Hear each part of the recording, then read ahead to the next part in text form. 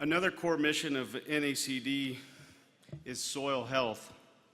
Through the outreach and research, NACD is helping safeguard and enhance healthy soils throughout the nation. Up next, we have a group of soil health experts here to discuss the challenges, opportunities, and latest initiatives and advancements within soil health. Join me in welcoming our panelists to the stage. Lorrie, whenever you're ready, you can come up. So this next panel, we have 4 of the world's finest soil health experts. It's a pleasure to have them here. Lorrie? Thank you. All right, would our panelists please come onto the stage at this time?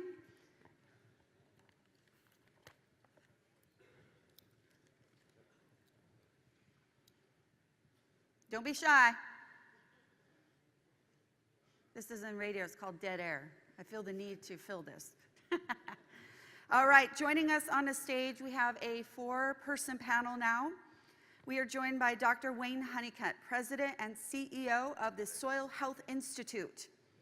Dr. Shefali Mehta, Executive Director of the Soil Health Partnership. Mr. Jason Weller, Senior Director of Sustainability at Land O'Lakes Sustain. And Mr. Jimmy Emmons, NACD Soil Health Champion from Oklahoma. Welcome.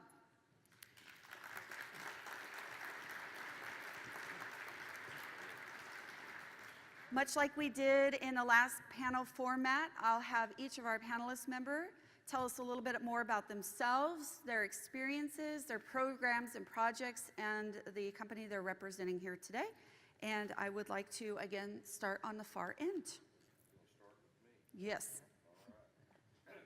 Jimmy Emmons from Lady, Oklahoma. Can you hear him? Supposed to be on. Is it on? There we go. Now we got it. Okay. Try this again. Jimmy Emmons from a small town in Lady, Oklahoma, a farmer and rancher all my life. Currently serving as the president of the Oklahoma Association of Conservation Districts and vice president of No-Till on the Plains out of Kansas.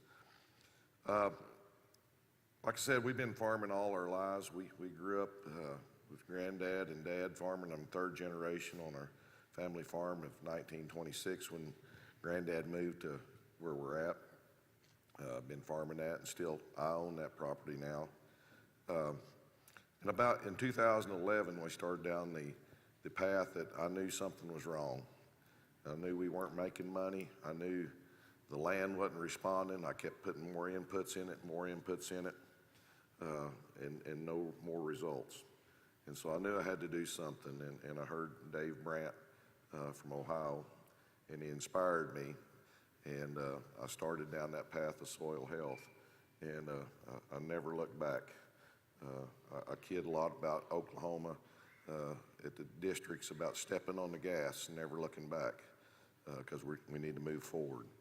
And my wife and Ginger are very passionate about that, and we've seen our soil change dramatically in the last 8 years, and every time I dig and look, it just amazes me.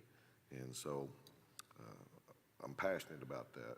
And when you see it, you become passionate. And so that's why I'm here.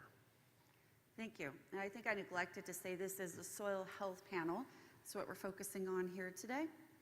All right, Mr. Honeycutt. Do you want me to go? Or do you want Jason to go? Oh, okay, Mr. Weller, excuse me. I switched my thing up, so I need to go up instead of down. Okay. All right, Mr. Weller. From the ground up. That's a good approach for this panel. Morning, y'all. Really good to see you guys. Lorrie, I'm going to take this off script for a second because I have a hot mic, and I just want to talk to the community here a little bit. A moment of personal privilege, and it's in part, I just got to say this while I have you guys here. I'm troubled, and in a current seemingly small p political climate and broader culture that sometimes value the I over the we, and in a current broader culture that seems to value what have you done for me over what can we do together, I just want to share, particularly for the folks that are in public service, at a time that's probably challenging, that there are millions of us that depend upon you and look to you for your service and contributions. And I was proud of my prior public service, and I'm proud to still be associated with those who are continuing to be in public service. And I don't really care if you're federal, state, or local. I don't care if you're a volunteer, if you're a technician, a range con, or forester. I don't care if you're an engineer, public affairs specialist. I don't care if you work in a field office, service center, regional office, state office, national headquarters, no office. You're conservationists. But for you, the productivity and quality of our future is imperiled. And we need you, probably now more than ever.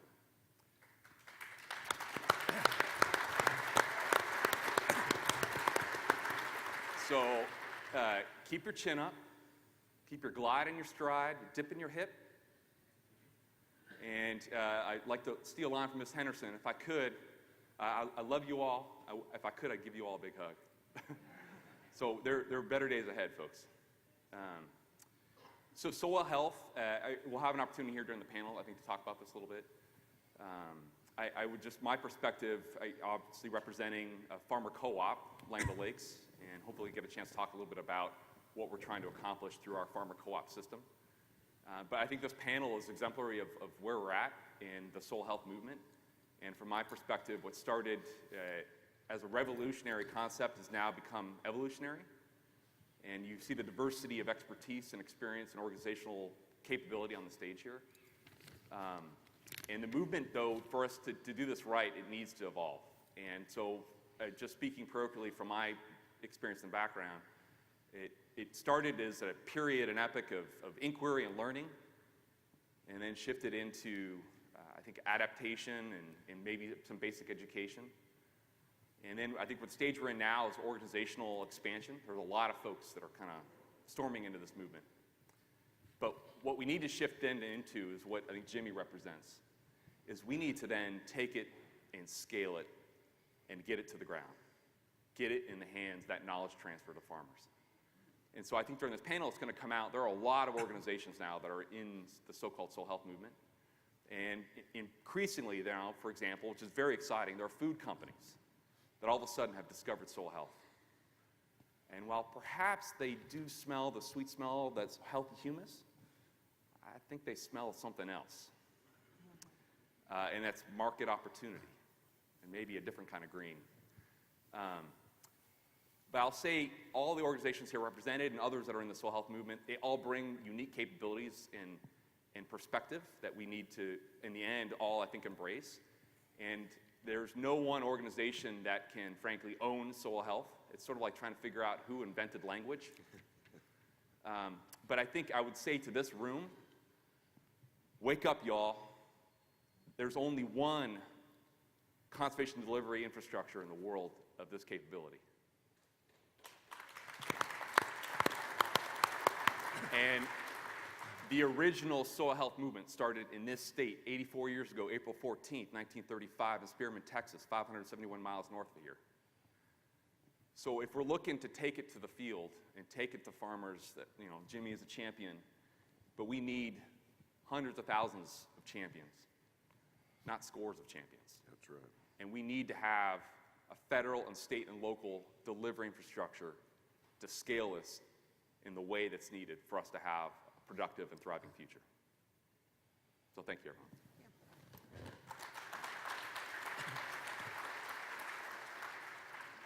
Dr. Mehta, tell us a little bit more about you. Great. Well, first of all, thank you all. I'm very excited to be here. I just took over as the Executive Director of the Soil Health Partnership, so I'm actually green in a different way and learning.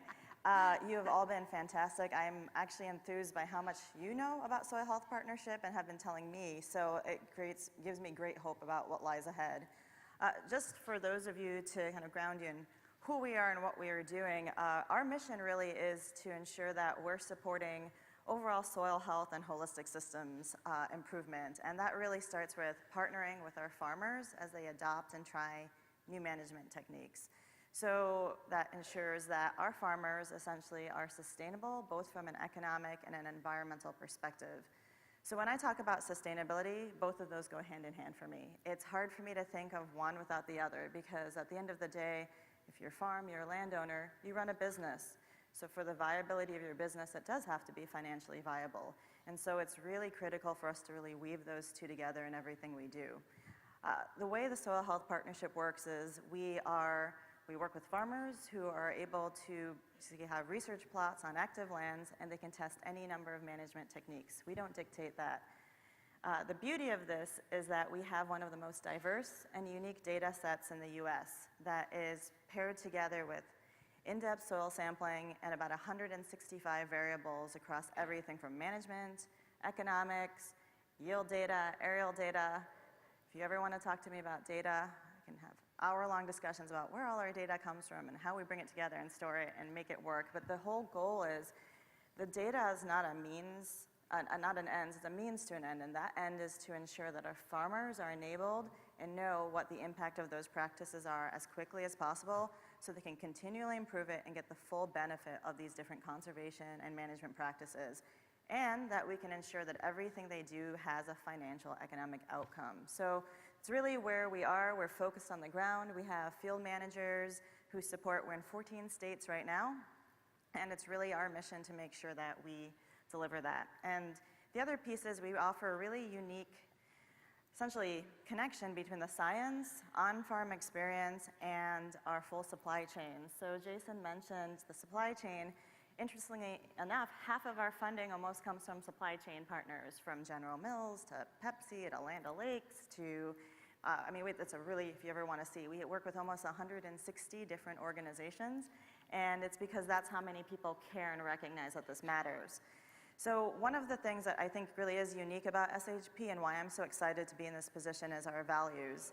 Our farmers are at the forefront. Everything we do is based on that, and we're lucky. It starts with the fact that we're actually part of the National Corn Growers Association. So we are led by farmers, we're driven by farmers.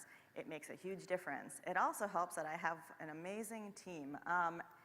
A big chunk of my team are actually active farmers, and I guarantee you they will make sure that everything we do has direct and immediate value, and they keep me from straying if that ever happens. Another piece, so there are values that we live by that are really embedded to what SHP does, and so farmers at the forefront, data-driven decision-making is critical, and we really believe that's what allows us to dispel maybe hypotheses and focus. Compassion and empathy. I talk about compassion and empathy a lot, and people look at me very oddly. I think that the reason I look at my team and we can deliver value is they truly come from a place of saying, how do we make this better? And how do we make it better for all the people involved? And that personal approach really cascades through not just everything we do. I see that with our partners. I see that with the community. And then I keep mentioning partnership. As our name says, we are a partnership.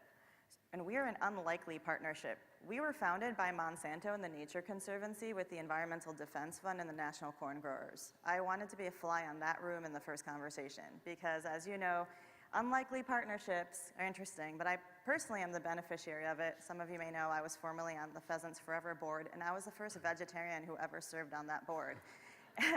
Yes, you can laugh. Everyone always laughs. And I continue to work in conservation ag. I love working alongside turkeys and DU and really benefit from that. And one of the ongoing pieces is I personally live with some of these unlikely partnerships. Well, some of the best solutions and ideas come from the diversity of partnerships. You coming together with your different ideas, your experiences makes us stronger and gets us better solutions. So that's at the core of what SHP really does. And we're ensuring all of that is going to our farmers and delivering the best value. So, and the other piece is the fact that I talk about diversity. We're one of the only ag, I think we're probably one of the few ag organizations in the country that is STEM-based and over 65% women. It was not intentional, I'm just gonna say that. It accidentally happened. And we have diverse backgrounds. We have economists, agronomists, soil scientists, engineers, and it allows us to bring the best of our strengths to the forefront. So hopefully we have a little bit more time to talk about data later, but that's just an intro to SHP. Okay, moving along. Now, Dr. Honeycutt. Hello. Good morning, everyone. Morning. It's really great to see so many friends, fellow conservationists out there. It's been really fun for me getting to shake a few hands and see people I hadn't seen for the last 2 or 3 years. A little bit of background on me. I was very fortunate to grow up in a very small town in rural Kentucky. And even though my father was a musician and a high school band director, he also had an interest in farming. And so he bought 120 acres a few miles outside of town. And so that's where I got my love for farming, partnering with him, growing tobacco, corn, things like that. I learned very early through that effort, through that work, how working a piece of land, it really becomes part of you. Although the land is no longer in the family, I still sneak onto the back of it every now and then when I'm there because of that. But I also learned through that I was not a very good farmer, so I had to become a scientist. And so I ended up working on with USDA Ag Research Service, doing work in carbon, nitrogen, phosphorus cycling and sustainable cropping systems development. And then I was very, very fortunate for the last 5.5 years of my career with USDA to serve as the Deputy Chief for Science and Technology for NRCS under Jason Weller's leadership. And you know why I'm saying I was very fortunate because of the passion that like he just displayed here. That effort, really that NRCS effort on unlocking the keys, to soil health, essentially, unlocking the secrets of the soil, it was called. That whole campaign that NRCS started, NACD joined soon afterwards. That really kind of inspired an effort called the Soil Renaissance, where two largest, or longest serving, I should say, agricultural foundations in the nation came together. The Farm Foundation and the Samuel Roberts Noble Foundation out of Oklahoma. They stood up this Soil Renaissance effort, and that eventually became the Soil Health Institute. They realized that it required basically a longer, kind of term commitment, and so then they formed the Soil Health Institute with a 10-year, $20 million commitment. And so I've been working for them since March of 16, and we take a very, very comprehensive approach at the Soil Health Institute, Sioux Soil Health. And like I think everyone here on our panel today, we're no different in that the farmer and the rancher is at the very center of that. We look at it from the perspective of all these benefits, like to the environment, for the economy, all these things, through soil health. And so we ask, okay, what is it that's going to help, influence that producer decision? Well, first of all, it has to be the business case. And so we have projects looking at, can we reduce economic risk through soil health, like building drought resilience, for example. And we're very, very fortunate to just recently partner with NRCS and NACD on a national effort to evaluate profitability of a lot of these soil health management systems also. And then another thing that farmers, of course, really need is measurement tools. And it's kind of like the wild, wild west out there with all the different measurements that are out there for soil health. I often hear soil scientists say, we don't know what soil health is. I would beg to differ. I think we do know what it is. We do have a definition for it. But I think what they usually mean is that we don't quite know how to measure it, or we don't know how to interpret those measures. And so one of the projects that we're fortunate to have the funding through, like General Mills and the Foundation for Food and Ag Research to work on, is evaluating over 30 different soil health measures or indicators at 125 sites across North America. And so that project is just starting. We do believe by 2020 we will now be able to recommend which of those over 30 measures are best useful for a farmer or rancher to use. And then we also are looking at education training. This year we'll implement a new training program for farmers, also in soil health. That's also a real critical component, obviously. But then the whole research component kind of backstops all that. And so one of the things we have going on is developing a decision support tool for farmers so that they can basically select which practices to implement to achieve a targeted level of increase in their water holding capacity in their soils through these soil health practices. The very practices like the NRCS provides financial assistance and technical assistance to implement. And the conservation districts also provide expertise in how to implement those very same practices that build carbon in the soil and therefore water holding capacity and drought resilience. And then we also have a project that it's not just like creating, research and development, but actually quantifying the impacts, like what benefits we're having to water quality, because now that ties into informing policies. And, are these policies good for the environment? Are they good for productivity? That again ties back into the business case. And then we have a whole consumer education component where we want to take that information on, how these practices are good for water quality, for greenhouse gas emissions, the environment, for nutrition of the food, those types of things, because that can create that market demand that now ties back into that business case for the farmer and rancher. So that's I just kind of stepped you through some of the our comprehensive approach that we're taking for but the farmer and the rancher is really at the center of it all. All right, I'm going to ask a question for each of you for the sake of time.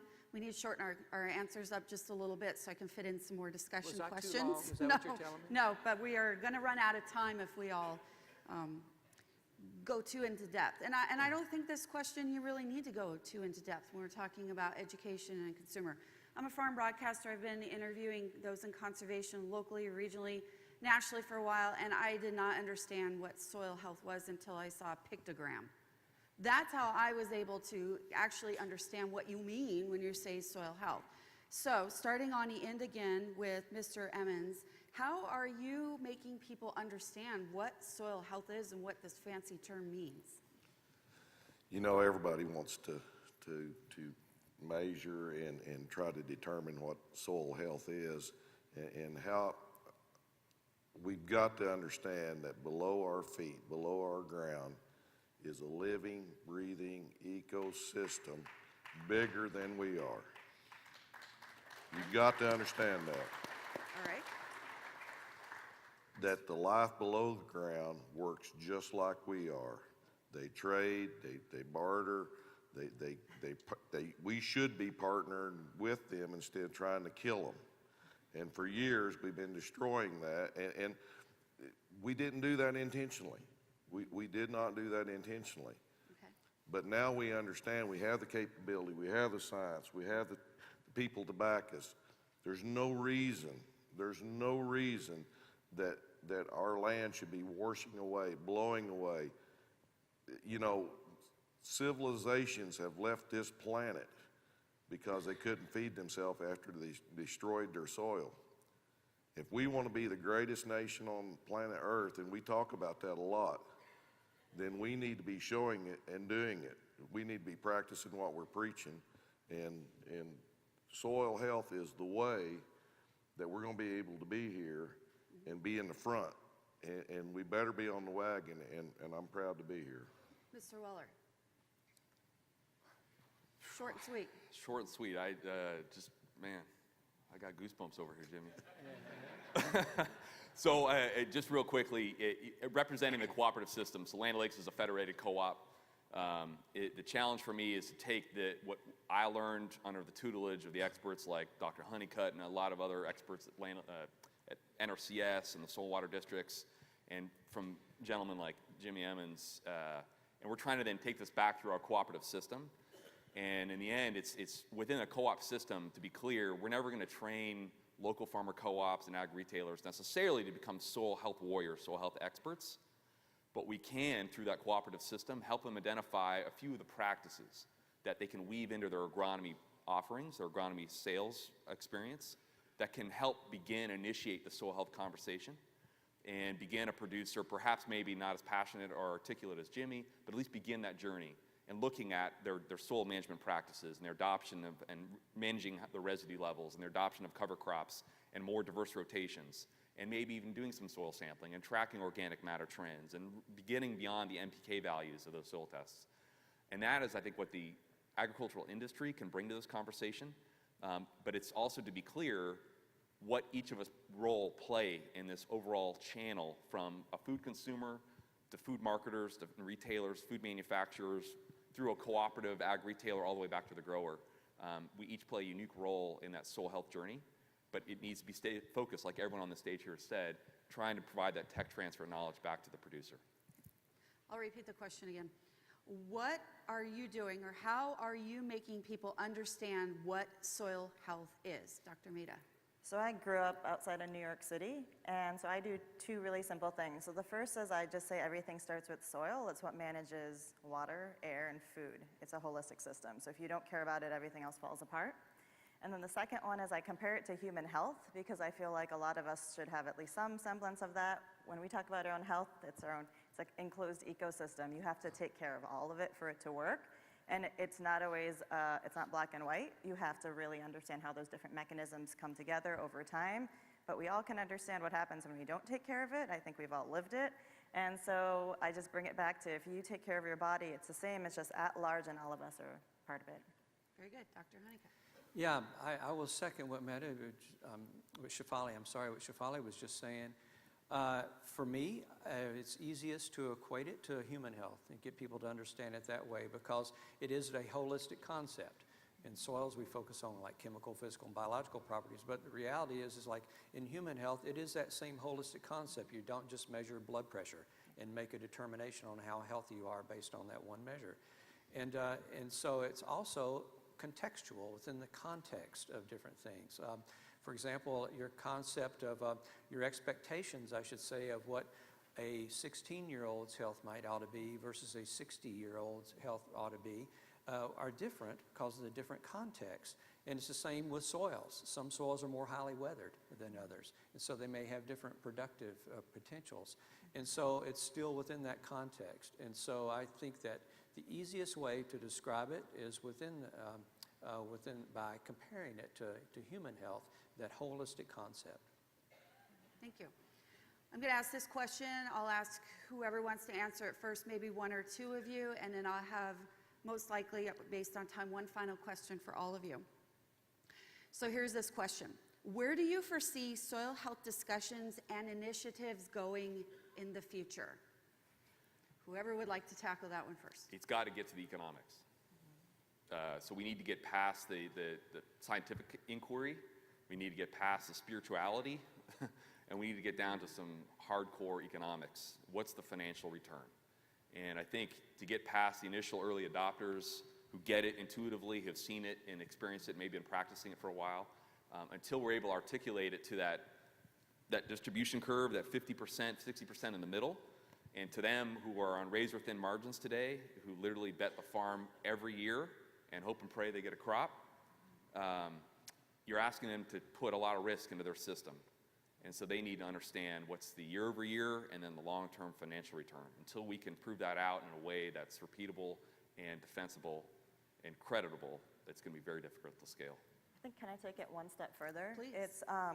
I think we need to have market-based mechanisms to incentivize it. So we're asking basically individual landowners to take a ton of risk on for a public good. And so in economists, we say it's a market failure.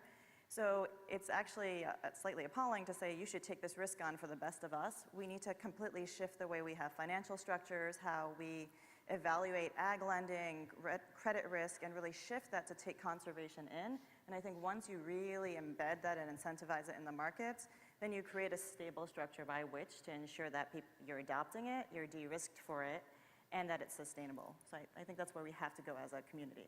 Okay. I think it takes a mind shift in the producers. I talked about this a little bit yesterday.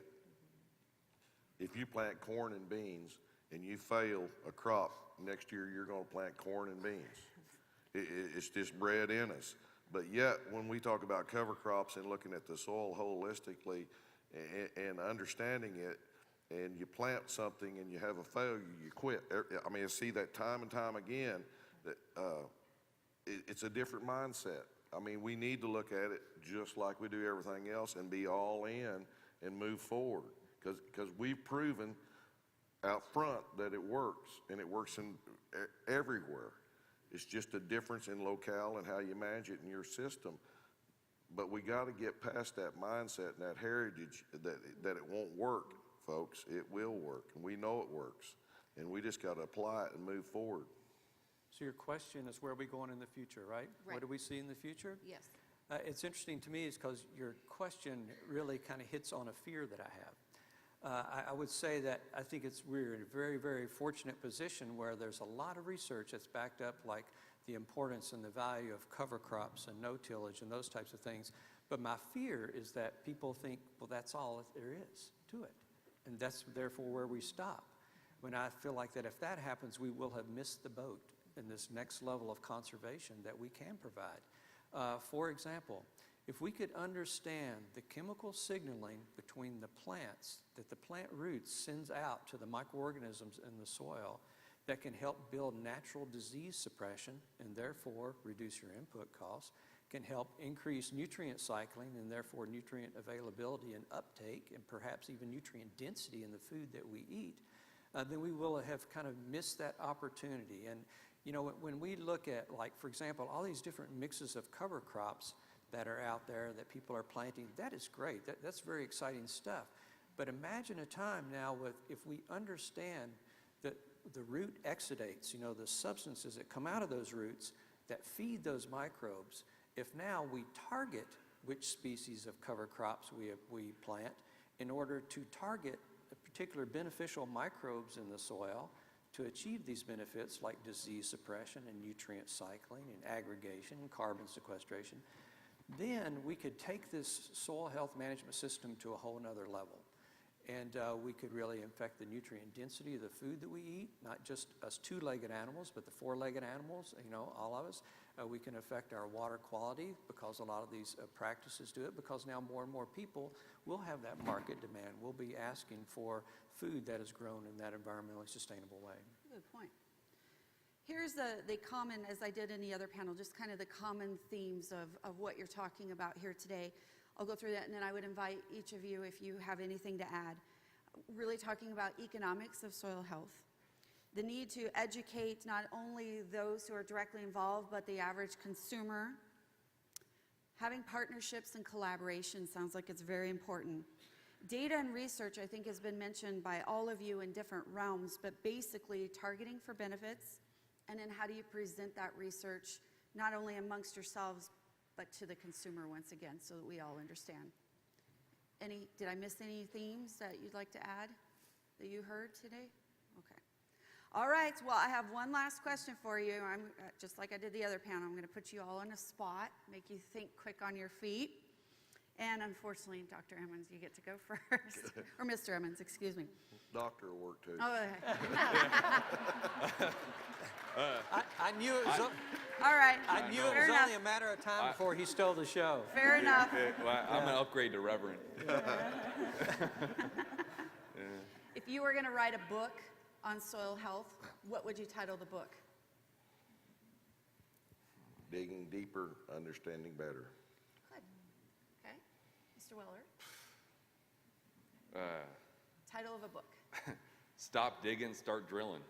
Okay. That's good. Dr. Mehta? I got rooted in data, why everything starts with soil. Okay. Soil health, a global imperative. Wow. Good job. Okay. All right. Best sellers right here.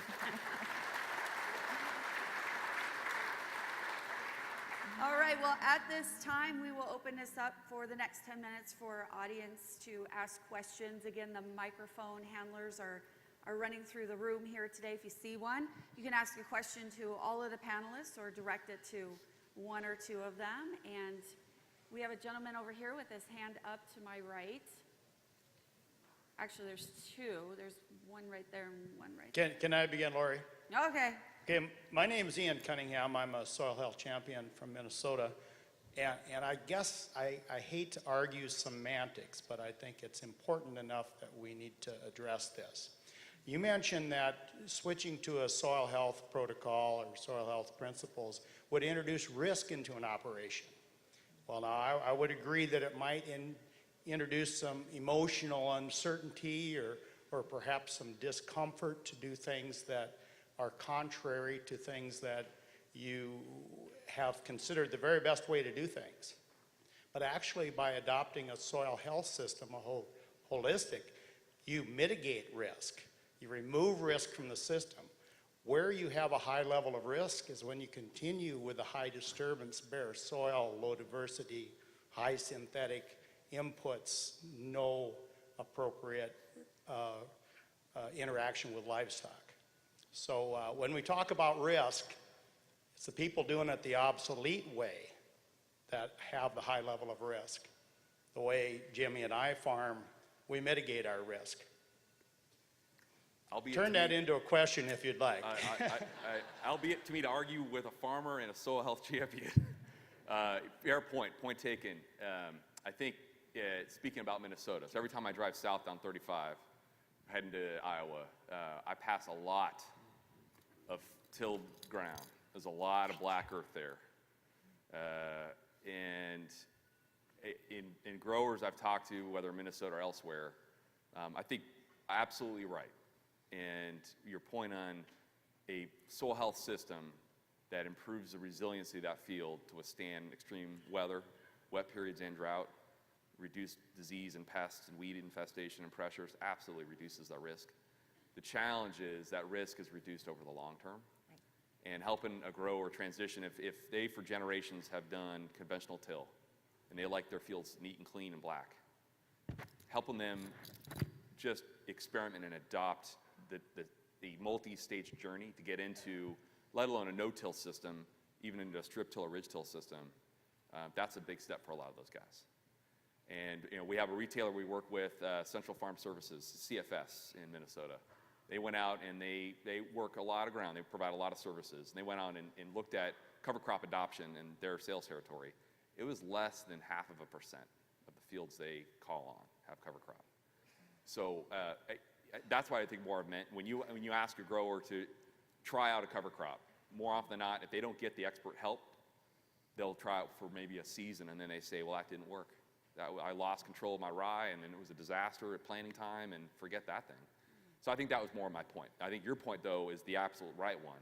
And we need to collectively figure out how do we then communicate the long-term value, how it's going to better withstand, your field better withstand the extremes, and ultimately enhance your pocketbook and your bottom line. It's operational risk. So in our data, I mean, and this has been the first couple of years, actually, you can take a hit on your bottom line. And so this is something that I think, the analogy I use, I come from the seed business. Look at how we've come in corn. 30 years ago, we had a lot of issues with our varietals. It took a lot of work and a ton of money by a lot of people to get to where we are with corn. Well, cover crops, first of all, that's not one species like corn, right? We're talking about at least 17, 18. We're at the beginning of that journey. We're learning and figuring out. We have data. Fortunately, we had farmers who tried cover crops who actually lost a lot of money. It was the wrong soils, the wrong condition, wrong operations. We are lacking operational support for cover crops and broadly. So when we talk about risk, it's exactly this. How do we lessen the short-term adoption risk so that they can get those benefits? But the reality is, again, as a business person, I run a business on the side. If you tell me to take on a lot of risk now, my question is, will I still be around in 3 years? And I have to be really thoughtful about how I manage that. And so that's really what it is. Can we as a community help to really overcome that gap? Because then I think you're going to see adoption really take off. Question? Thank you, sir. Yes, Dr. Honeycutt, you spoke a little bit about the microorganisms and their relationships with the plant, understanding the relationship between providing nutrients to the plant and the plant exchanging sugars back to it. How far have you gone into that area, and have you found out any nutrients or any soil supplements that will promote those activities? I've not been personally conducting research in that. I was simply saying that I feel like that we need to bring particularly a lot of those tools that are being used in the medical profession, studying the microbiome like in the humans, the human gut, really kind of focus a lot of those tools into the soil microbes so that we can really understand those relationships a bit better. There has been some relatively new research that's very, very exciting in that area. They refer to it as the microbiome, where they're trying to understand the microorganisms and the relationship to their environment, relationship to what plants were grown there. There has been some research that has shown that you can control certain soil-borne pathogens that cause diseases in plants by growing the right crops that will basically feed those right microorganisms in the soil to help suppress those pathogenic organisms. So there has been some of that research done. The more recent stuff that is really exciting is a field called metaproteomics, where they actually isolate the individual proteins in the soil. And this is very, very in its infancy, doing this, focusing in soils in this way, because soil is such a complex substrate. But by focusing on the proteins, then you can start to understand the functions that are there. Not just what microbes are there, but what functions they are providing. And so that can just open up all kinds of doors to us in terms of, enhancing nutrient availability, growing those right crops that will exude those right substances to facilitate those particular microbes to achieve those benefits for the farmer, for the environment. That's fascinating. Interesting. We're learning a lot here today. A question right back there. Straight in front of me. Jerry Miller, Michigan. This is a question for Mr. Weller. Dr. Honeycutt mentioned some of the research needs for the future. So the question is, as we all know, the funding for state and federal funding for our land-grant universities and for ARS has continued to go down, down, down. What is industry, Land O'Lakes, and other companies doing to help get the funding or supporting the research needs that our scientists at the land grants and ARS need? So at Land O'Lakes, we were taking a two-pronged path. So the first, proud of this, we were the only ag co-op and the only agribusiness that was actually involved in the Farm Bill process, and specifically in the Title II, in the conservation title. And we advocated for, and with support of the House and the Senate, and we visited with over 150 different members of Congress and talked to them about the importance of the conservation title and the need for investments in stewardship broadly, but soil health specifically. And the outcome of that, one of the asks that we had wasn't necessarily a new program, a new acronym, but out of that we did ask for a little bit of a tweak, and this is a shout out to Chief Lorrie here, and Jimmy Bramblett, I saw you over there, Jimmy.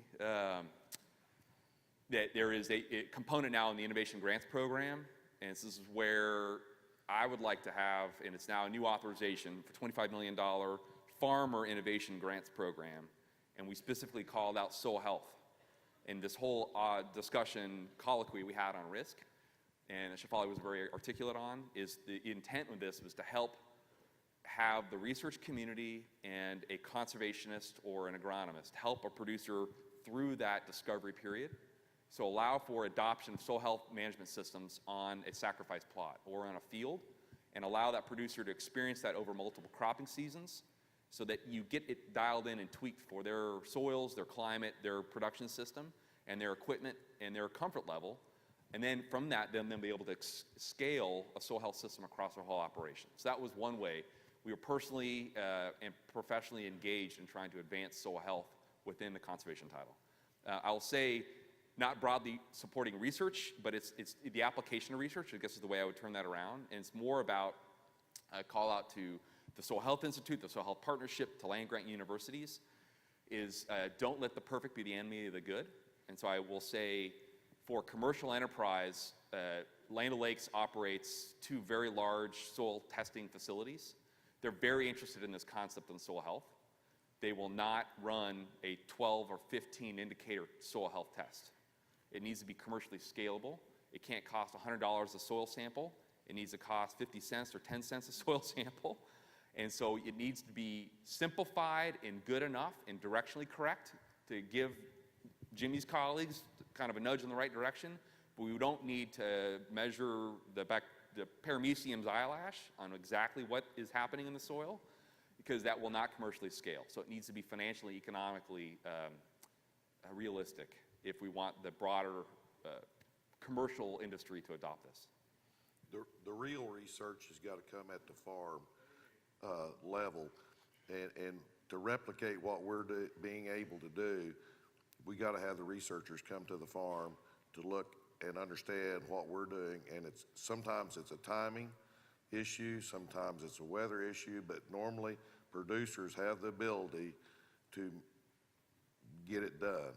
And a lot of the trouble with research at the university or at ARS, the workforce doesn't understand the need of today, now. So that research that has to be applied at the farm for the producer. And I think we got lots of opportunities in the new farm bill to do that. I mean, we have lots of incentives that not necessarily long-term incentives. We don't want to create another welfare program for the producers out there, but they need a little help in the first few years to get them over the hump and give them the support. And we're in the support business, people. So we've got to do this, and we can. Mr. Emmons, Mr. Weller, Dr. Mehta, and Dr. Honeycutt, thank you for being a part of our panel. Thank you for the questions. These panelists will also be in the speaker booth next door in the show if you have additional questions or comments or would like to learn more. Thank you, everyone. I appreciate you joining us here today. I know I learned a lot, and I hope you did as well. And thank you for allowing me to be a part of this great panel. Let's give this second panel a big, hearty round of applause.